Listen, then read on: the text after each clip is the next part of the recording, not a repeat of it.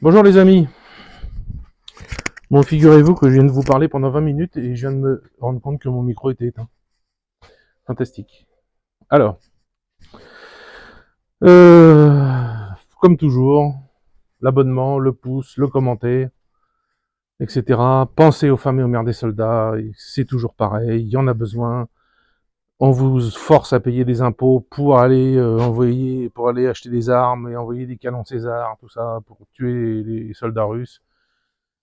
Alors que vous ne le voulez pas. Là, c'est vous qui décidez, c'est vous qui envoyez quelque chose, et ça va à ces dames qui sont tristes, qui souffrent, et qui... Vous savez que les hirondelles, elles restent de plus en plus près de moi, en fait. Elles commencent à s'habituer à moi beaucoup. Et, euh, et donc, elles en ont besoin. Donc, je vous en prie, si vous pouvez, n'hésitez pas, faites-le, envoyez quelque chose. La prochaine réunion, j'emmènerai tout ça. Et puis voilà, grâce à vous, et je lirai vos messages, et je ferai comme d'habitude. Et je filmerai tout ça.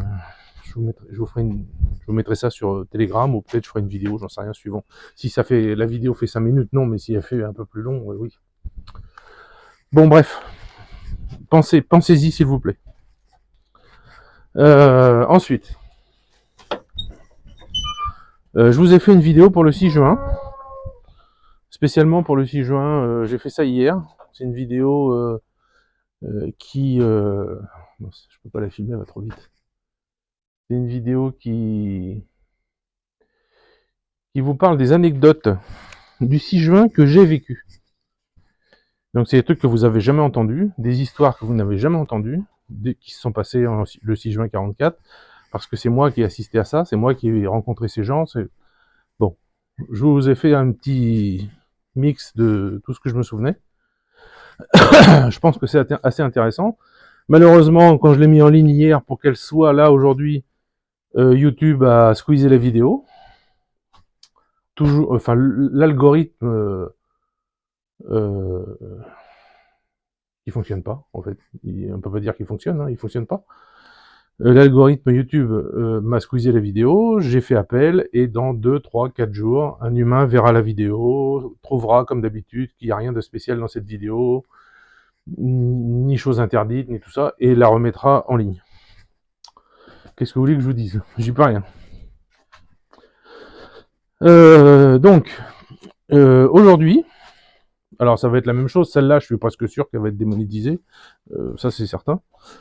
Je vais vous parler parce que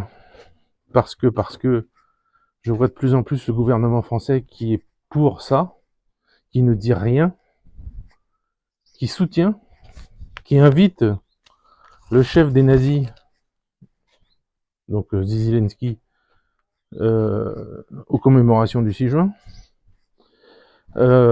etc., etc. Les gens en France je sais pas moi, quand j'étais jeune, il n'y avait pas tous ces néo-nazis, il n'y avait pas tout ça.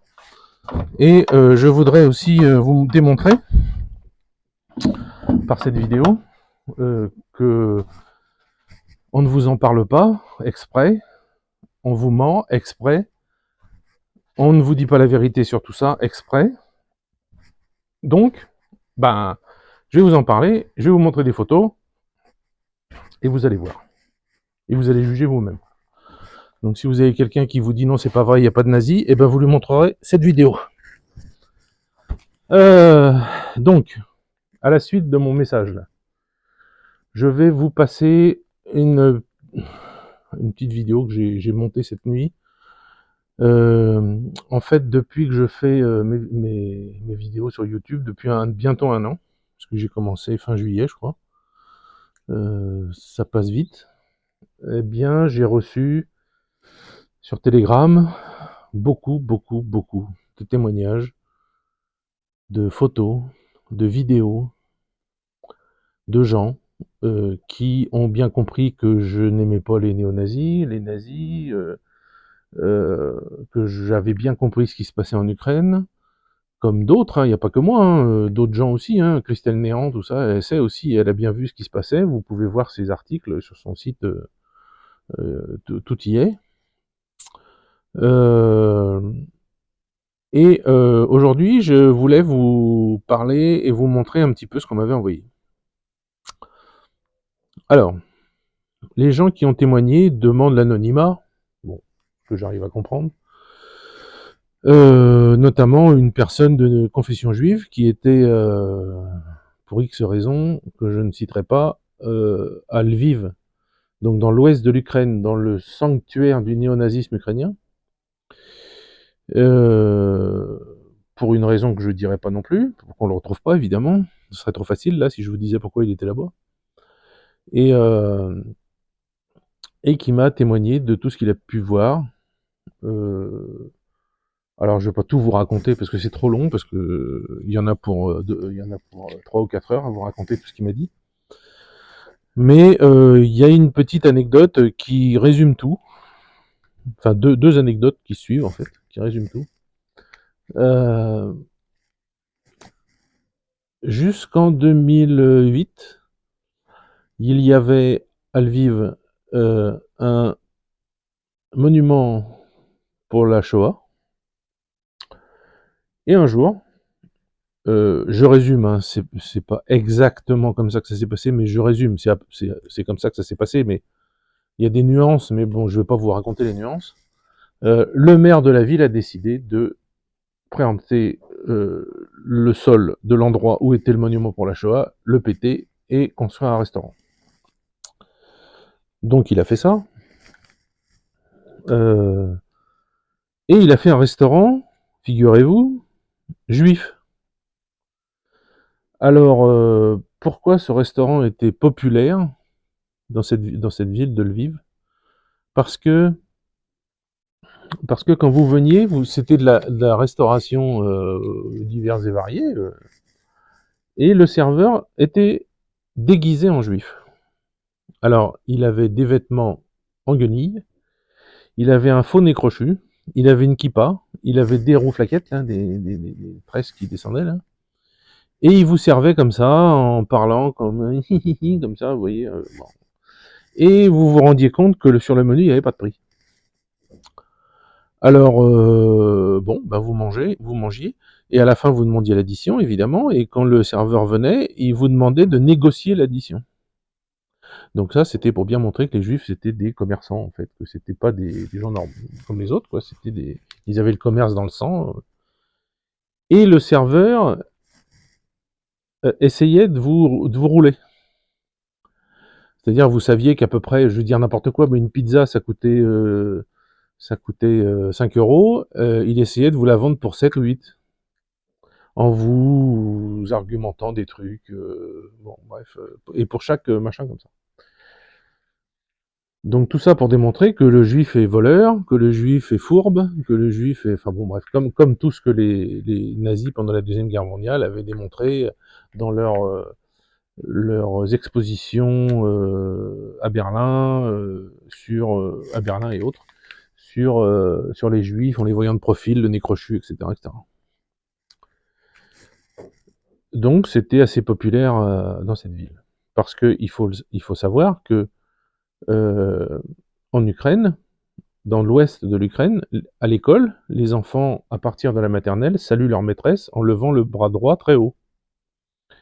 Euh, Dans les livres d'histoire, il y a des choses qui sont supprimées. Bon, le moustique, tu vas t'en aller. Il y a des choses qui sont supprimées, et par contre, ils ont rajouté l'héroïsme de différents personnages, comme Bandera et ses petits copains. Donc, bon, ça va bien, hein. Donc, un jour, peu de temps après, enfin peu de temps après, oui, peu de temps après, arrive à Lviv une personne qui était premier ministre israélien, qui s'appelait Shimon Peres, et qui arrivait à Lviv avec des investisseurs. Et donc, ils ont commencé à vouloir investir, à rencontrer le maire, à rencontrer le président à l'époque, etc., etc. Et d'un coup, d'un seul, tous les gens en Ukraine, tous les gens de Lviv, on leur a tous expliqué, il fallait plus être antisémite. Alors, pof, vous voyez, c'est le pognon, quoi. Le pognon, faire du business, tout ça. L'antisémitisme, c'est juste du truc de guignol, quoi. Donc, ils sont plus devenus, ils étaient plus antisémites. Voilà. Ils étaient anti-russes, mais plus antisémites. Donc, ça prouve un peu la mentalité de ces gens, quoi. Ils ont rien dans le citron, quoi. Gagner du pognon, pour acheter la grosse voiture, et puis voilà, c'est tout, quoi. Aucun honneur, enfin rien, quoi. Ils ont même pas l'honneur de se dire, bon, bah, je suis antisémite, je le reste. Non, non. Ils arrêtent d'être antisémites parce qu'on leur apporte du fric. Donc voilà, ça c'est une des histoires qui m'a été racontée. Ensuite, concernant les Français qui se rendent en Ukraine pour rentrer dans la Légion internationale. Bon, ils sont tous tatoués avec des trucs, avec le portrait du Führer, avec des croix, avec tout ce que vous voulez, tous les trucs qui veulent dire ce que ça veut dire, et ils ont tous la mentalité complètement zinzin, quoi. À tel point qu'on m'a raconté aussi cette histoire, un type s'est engagé dans la Légion internationale pour le pognon, parce qu'on lui proposait 3000 € par mois, et au bout de 3 mois, il a écrit à qui il pouvait, notamment ici, pour dire au secours, aidez-moi, il faut que je parte, j'en peux plus. Alors je crois que le mec était juif en plus. Ils sont tous tatoués comme je sais pas quoi, ils m'obligent le matin à lever le bras droit pour leur dire bonjour. Ils sont complètement fous, dès qu'ils voient des Russes ou des Juifs ou des trucs comme ça, ils les massacrent. Enfin bon, c'est l'horreur. Bon, le mec avait 3 mois à faire, il a fait ses 3 mois, il est revenu en France. Il était marié avec un enfant. Quelques mois plus tard, de quoi on n'entend pas parler, le même type est revenu, et 3 semaines encore après, redemande à ce qu'on l'aide à partir. Bah là, la personne lui dit, mais attends, tu rigoles ou quoi T'avais réussi à t'en sortir Bah ouais, mais j'ai trop besoin d'argent, tout ça. Vous voyez, elle est où la réflexion? Et, donc, bon. Et en fait, ce qui s'est passé, c'est qu'il s'est fait tuer quelques semaines plus tard. Voilà. Il n'a pas fini son contrat, son deuxième contrat, il est mort. Donc il a fait une veuve et un orphelin. Voilà. Bravo. Bravo mon gars. Donc voilà. Ensuite, vous allez voir dans les photos que je vous ai mis, il y a plein de malades mentaux, hein, parce que pour moi c'est ça, hein, c'est des malades mentaux. Je veux dire, les Allemands avaient une raison encore. On peut comprendre que les Allemands avaient une raison de croire en Adolf Hitler parce que à la fin de la Première Guerre mondiale, on avait tellement mis l'Allemagne plus bactère où le morceau de pain coûtait 1 million de Deutschmark pour acheter un pauvre morceau de pain, que quand ce type est arrivé et a dit moi je vais refaire des usines, je vais refaire l'armée, je vais refaire travailler tout le monde, etc., et qu'il a commencé à le faire, mais évidemment que tout le monde a voté pour lui et tout le monde est devenu nazi. Ben, c'est normal. Et ça, c'est la faute de la France et de l'Angleterre, qui ont, après la Première Guerre mondiale, ruiné l'Allemagne, mais complètement. Ils leur ont rien laissé, quoi. Ils allaient leur piller leur charbon, tout ça, pour se rembourser des sous qu'ils avaient dépensés pour la guerre. Bon. Ça, c'est une chose. Donc pour moi, tous ces mecs-là, c'est des malades mentaux, en fait. Ensuite, vous allez voir dans une des vidéos, dans une des photos que je vais vous mettre à la suite de ce message, entre le milieu et la fin, il y a une photo en noir et blanc avec des types assis à une table, et au fond, à gauche, il y a un jeune avec une espèce de coupe de cheveux à la noix, là, qui a plus de cheveux autour, puis là il a laissé trop long, en fait, il ressemble à rien, et il fait un signe de la main, pas complet, juste un petit peu comme ça. Et ben, je vous ai pas mis les photos, mais ce type s'est vanté pendant très longtemps, alors je sais pas où il est maintenant, peut-être qu'il est mort d'ailleurs, ce type s'est vanté pendant très longtemps, enfin peut-être qu'il est mort parce qu'il est excessivement recherché par la Russie, Et ils le retrouveront. Ils le retrouveront par le biais d'agents dans les pays étrangers, comme celui qui s'était barré avec un hélicoptère puis qui avait gagné 450 000 euros. Il a pris 10 balles dans la peau en Espagne. Voilà. Donc ce type-là, il est excessivement recherché par la Russie parce que il s'est vanté à plusieurs reprises sur Facebook, sur Instagram, tout ça, avec des photos. Il se fait appeler Vivi, mais il s'appelle Vivien. Donc on voit sur les photos des prisonniers russes qui ont pris une balle dans la tête. Donc ils ont la tête éclatée, hein, je vous ai pas mis les photos. Hein. Les mains attachées dans le dos. Et c'est lui qui les a tous abattus. Et il s'est vanté de ça, et il était content de lui. Qu'est-ce que ces hommes russes, prisonniers, qui s'étaient rendus, avaient fait à ce type? À sa famille, rien.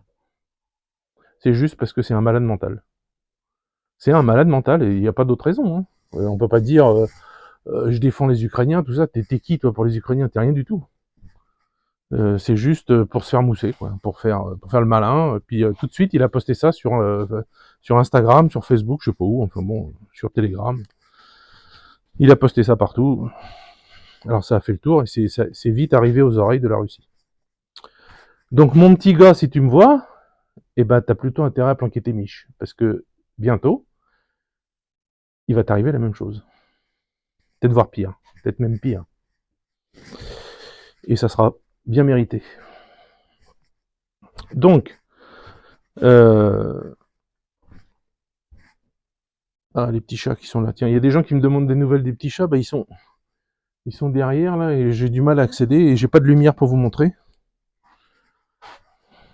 Est-ce que je peux vous en montrer un? Alors, il y en a un qui va être adopté déjà. Ça, c'est une bonne chose. Alors, ma fille, il y a tes bébés? Attends, je te prends un bébé. Oui, oui, oui. Oui, ça crache, ça crache. Oh, ça crache. Allez, viens. Voilà. Bonjour, bonjour. Coucou. Ça va? Donc il y a deux garçons et une fille. Donc il y a une fille qui est déjà un des ouvriers qui vient ici, il la prend. Il va la prendre. Dès qu'elle aura fini de téter sa mère, il la prendra. Ça va? Allez, hop, retourne avec ta maman. Donc voilà. Vous allez voir sur les photos les tatouages, les drapeaux, les t-shirts, enfin tout. Je vous ai même mis une photo de Macron qui fait un bisou, ou je sais pas quoi, à Zelensky. Parce que pour moi, ces deux-là, ils font partie du tout, quoi. Ils font partie du groupe. Ah oui, j'avais reçu aussi une photo de la part, enfin, qui venait du fameux mercenaire qui a été 2 fois puis qui est mort après quelques semaines. Il avait pris en photo en bas de son immeuble depuis sa fenêtre. Il était en repos puis il voyait, il y avait BHL qui était là, avec les nazis, avec ses commandants, quoi. Donc voilà. J'ai mis cette photo dans le truc puisqu'il y était. Qu'est-ce que je voulais vous dire d'autre là-dessus? Alors, oui, je voulais vous lire un texte qui est, puisqu'on vous dit, on vous dit que c'est des grands héros, les Bandera, tout ça, c'est des héros, en fait, on se trompe sur eux, on fait des erreurs, en fait, c'est des résistants, etc. Bon. Alors voilà, déclaration d'indépendance de l'Ukraine, rédigée par Bandera. L'article 3. Bon, les autres, on s'en fout, c'est à peu près la même chose, hein, mais bon. L'article 3, il est top du top. L'État ukrainien collaborera avec le national-socialisme de la Grande Allemagne, sous la direction de son chef Adolf Hitler, qui crée un nouvel ordre dans le monde et aide les Ukrainiens à se libérer, oh les moustiques, à se libérer de l'occupation soviétique. Nous voulons continuer à nous battre avec l'armée allemande pour un État souverain et un nouvel ordre mondial. Bon, c'est clair, non? Qu'est-ce qu'il vous faut de plus? Qu'est-ce qu'il faut de plus aux défenseurs du pauvre petit Ukrainien gentil mignon pour comprendre que c'est pas du tout un pauvre petit Ukrainien gentil mignon? Que les types qui ont créé leur mouvement, là, leur truc, c'est des fadas. Lui et les autres. Bon. C'est quand même...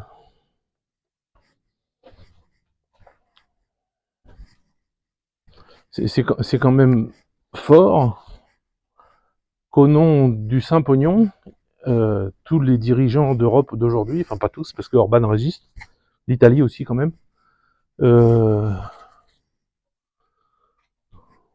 tombent amoureux de ceux qui défendent les causes que leurs parents ou grands-parents sont morts pour combattre ça. C'est incroyable, non? Et les gens, même en France, qui viennent vous dire que c'est pas vrai, ou qui viennent vous dire que vive l'Ukraine, etc., etc., c'est des gens qui n'ont rien à l'intérieur, quoi. Dans leur cœur, dans leur ventre, dans leur tripes, ils ont rien. Parce que les gens de leur famille, ils sont morts. Ou pas. Moi, mes grands-pères sont pas morts, mais il y en a un qui est resté 5 ans en prison, ou 4 ans en prison, en Allemagne. Bon, c'est quand même pas rien. Bon. Bon, ça, c'est pour le côté nazi, voilà. Alors, maintenant, vous avez aussi pourquoi, je ne sais pas si vous le savez, mais le général de Gaulle a toujours refusé de fêter le débarquement en Normandie. Quand c'était le général de Gaulle qui était là, on ne fêtait pas le débarquement en Normandie. Pourquoi? Parce qu'il disait que il l'avait pris pour une serpillière, ils avaient pris la France pour une serpillière, et qu'il était hors de question de fêter ces gens qui sont venus juste pour nous mettre en esclavage, quoi. Et pas du tout pour nous aider, quoi. En fait, c'est par intérêt, comme tout, avec les Américains. S'ils font la guerre en Afghanistan, au Vietnam, en Corée, en Libye, en Syrie, en tout ce que vous voulez, c'est parce que ça leur apporte du pognon. C'est parce que ça fait marcher. La vie de leurs soldats à qui ils font croire des monts et merveilles et qui donnent des médailles et tout ça, ils en ont rien à cirer. Ils font comme si, un peu comme Macron fait, ils vont en commémoration, ils ont une petite larme à l'œil, ils ont tout ça, mais à l'intérieur, ils n'ont rien. Ils ne ressentent rien pour ces gens. Pour ces soldats qui meurent pour eux, en fait. Donc ça, ce fait existe depuis la Mésopotamie, hein. Que les chefs, les rois, les maîtres, tout ça, envoient les autres se battre en leur faisant croire que c'est pour tout ça, bon. Et la Russie, vous voyez, c'est autre chose. C'est pas pareil. La Russie, les hommes vont se battre, pour le patriotisme aussi, mais c'est pour le vrai patriotisme, c'est-à-dire c'est eux, ils pensent aux autres, ils pensent à tout leur pays, ils pensent aux gens, ils pensent à leur famille, même les chefs. Alors vous avez toujours des corrompus, des machins, il y en a d'ailleurs beaucoup qui ont été virés il y a peu de temps, qui ont été chopés et puis qui se sont fait virer. Donc les autres, ça a dû calmer parce que là, il y a doit plus y avoir beaucoup de corruption dans l'armée, ni de vol, ni de revente de matériel ou je ne sais quoi. C'est pas, je le ressens pas pareil, vous voyez. Autant les officiels que tout ça, quand je leur parle, ils me parlent mais avec leur trip, quoi. C'est pas du faux, du communicant comme Macron ou comme Attal ou non, comment il s'appelle, oui, c'est Anal ou Attal, je sais plus. Et- c'est pas de la communication comme ça. D'ailleurs, vous aurez remarqué que dans le débat entre Bardella et Anal, Bardella l'a appelé Madame.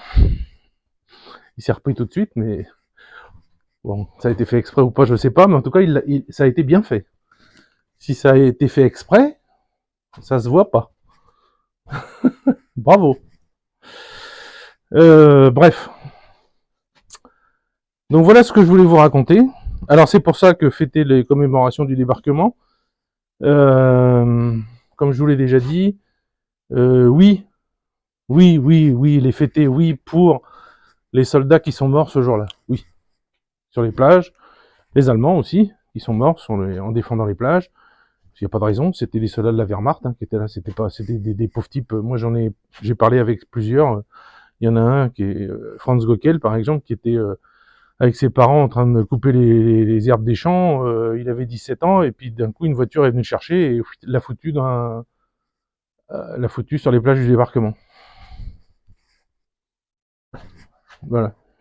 Et lui, il était pas ni pour Hitler ni rien. Il avait pas eu le choix quoi.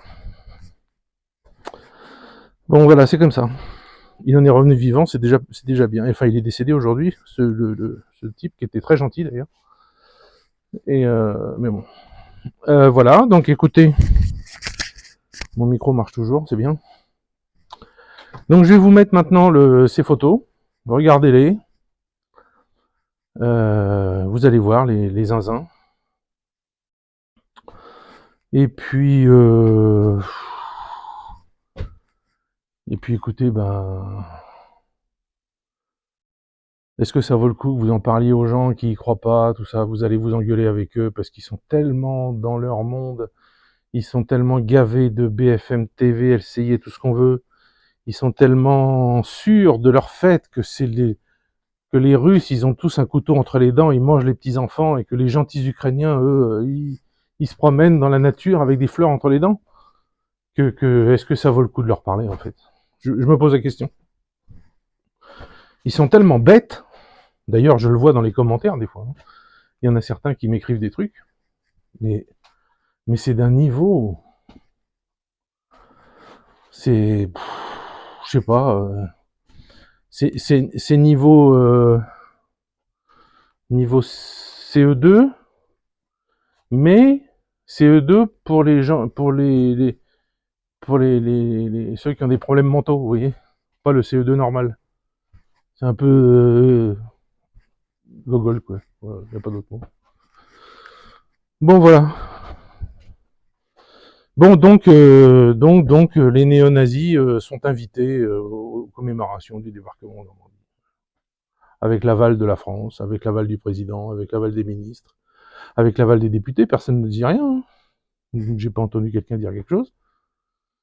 D'ailleurs, moi je trouve complètement bizarre tous ces hommes politiques français qui, au lendemain de l'attaque russe en Ukraine, alors qu'ils, c'est quand même pas des crétins, alors, ils savaient très bien ce qui s'était passé pendant des années. Des années, ils ont emmerdé les Russes, des années, ils les ont titillés, des années, ils ont continué, alors qu'on leur avait dit d'arrêter, ils ont continué. Et tout le monde est contre la Russie. Alors il y en a qu'un qui a les premiers jours, qui a dit des choses pour la Russie, c'était Zemmour. Et au bout de 3-4 jours, hop, il a retourné sa veste et il a dit l'inverse. Alors moi, je mets bien les 3-4 premiers jours, et puis hop, terminé. Ça s'est dit dans toute la Russie, tous les expats qu'il y avait. On était tous presque à voter pour lui, et plus personne n'a voté pour lui après, puisque c'est pas la peine de croire en un mec comme ça. Voilà. Alors ma fille. Viens, allons bien. Là.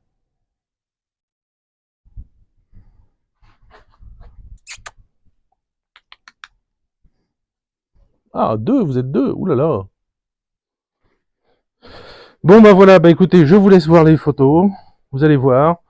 S'il y en a que ça intéresse, hein, j'en ai 5 ou 600 de plus. Bon, c'est pitoyable. Et on soutient ça. C'est ça qui me fait mal, quoi. C'est que la France soutienne ça. La France soutient... Alors, soutient pas à 100%, parce que je sais qu'il y en a un, il s'est fait couper une jambe. Enfin, ils allaient lui couper la jambe, les Ukrainiens, et... Non, les Polonais, il a été envoyé en Pologne. Et les Polonais voulaient lui couper la jambe, et il a dit non, je veux pas qu'on me coupe la jambe. Et il a demandé à revenir en France pour être soigné en France, et la France a freiné des cas de fer pour dire non, non, tu rentres pas en France. Bon, ça... Alors, comme toujours, c'est peut-être le fait d'un fonctionnaire qui a compris les choses et puis qui a dit non. Un haut fonctionnaire ou quelque chose. Peut-être que c'est pas les politiques. Hein. Les politiques, ils sont peut-être même pas au courant de ça. Parce que sinon, ils auraient dit oui. Enfin voilà. Bon bah écoutez, bon visionnage de la suite, et puis j'essaye de pas vous mettre la lumière dans la tronche des fois, mais c'est pas évident. Et puis à plus tard.